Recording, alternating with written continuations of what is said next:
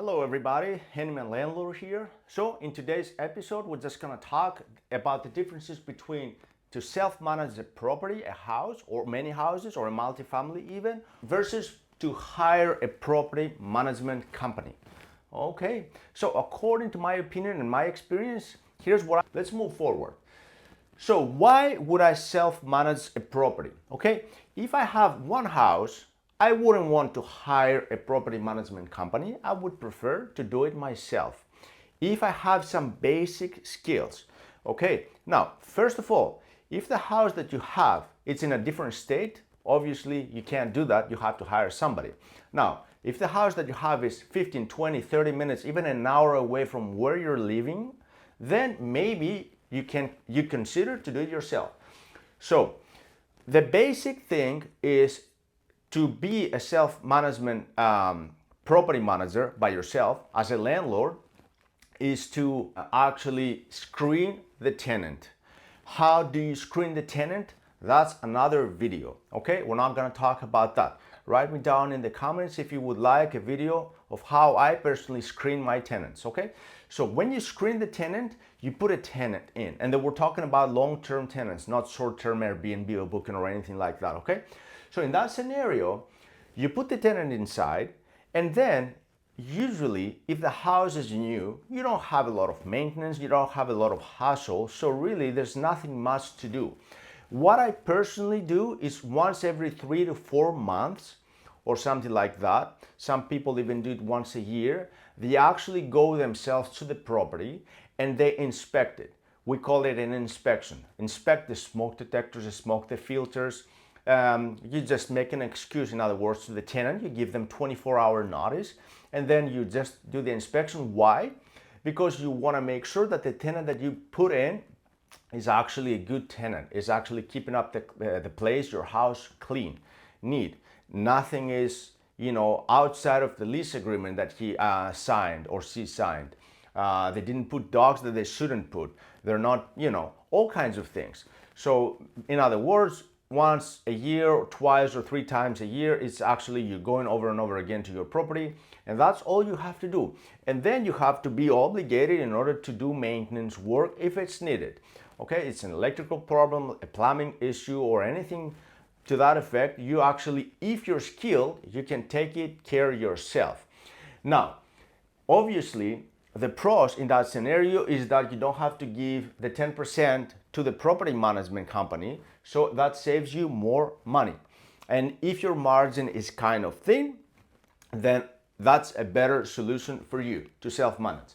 Another thing is that you gain experience. If you're handy, like our channel actually promotes, and then you actually can do some plumbing, can do some electrical, can do some stuff. Even if you don't know, you can actually learn from YouTube videos and stuff.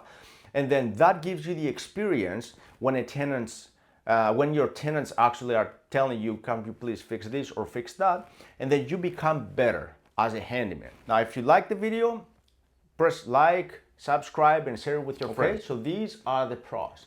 Now, the cons is obviously the time. Why? It's obvious because if you have one house an hour or 2 hours away, or you have more than one houses, then you have to go to one house, then you have to go to another house, and obviously that needs time, energy from you. And if you have 10 or 20 or more houses, that makes it challenging, okay? Especially if it's one day that several houses have an issue and then you have to resolve by yourself. So that's one thing, it's the time, obviously.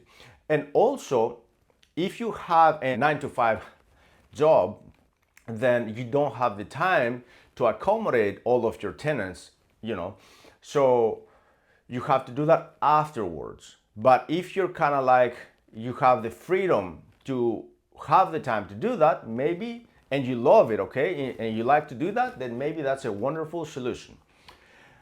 How and why I would hire a property manager?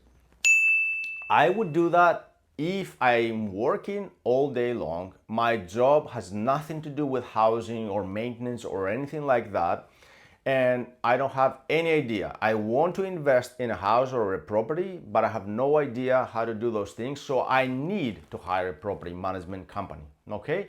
That is one case. Another case is that if you want to invest in a different state, or several hours further from you. So in that scenario, you have to have a property management on place, because it's very, very difficult for you to do that. And if that's an obstacle, instead of not investing, it's better to hire a property management company, which most likely will take 10%. These are, the cons, which if you have thin margins, obviously is going to be a little thinner, because the property management company will take all that. Also, will give you time, okay? Will give you time. Well, this is a pro. The property management company has to screen the tenants. The property management company has to make sure that the tenant is in there and collect the rent. If there's a work order or anything to that effect, then the property management, if you put a threshold $100 or $200, then the property management is going to actually fix whatever problem. It's just going to send you the bill or deduct it from the monthly rent. That is an agreement between you and them, actually, that you have to make a decision on that one. So that saves you a lot of time, and then you can invest, if you have money, more and more and more and more, actually not thinking about the time that somebody else will do it for you. Although the bad thing on that scenario is that no one will take care of the property more than the owner, okay? Because it's your house, it's your property. In other words, it could be your child, you know what I mean? Because you put time and effort, if that's the way you feel about the housing. So the property management company have hundreds or thousands of houses. They're not gonna pay attention to detail that you would. So long term, down the road, then the property management will actually make your house, let's say, deteriorate faster than if you manage yourself, because they're gonna fix the stuff, they're gonna put the tenant in because they want to have the income constantly, so you're satisfied, but maybe they're not gonna screen as good as you would screen a tenant. Maybe they won't do as good of a job like you would do, or they might just do a city job, just to fix whatever they have to fix that day. 9 out of 10 property management companies suck, according to my opinion. Obviously, they're not all the same, but some landlords that they don't have any other option, what they usually do is they manage them managers, which they're in constant communication. When I say constant, it could be once a week, once a month. They're asking for pictures, they're asking for more information about the rental property, and that also gives the property management company the idea that this owner is actually caring for his property. They're writing down on their notes, so they're a little more careful. That's what managing the property management means. And if that's the route you will take, that's the best solution for you. Nothing is best for everybody. You actually have to scale, which solution is the one that you actually want according to what are your needs, obviously. So how I started and what I personally do, if you want to hear my opinion. I started as a self-management person. I used to manage everything myself, starting with one house, 2 houses, and so forth and so on.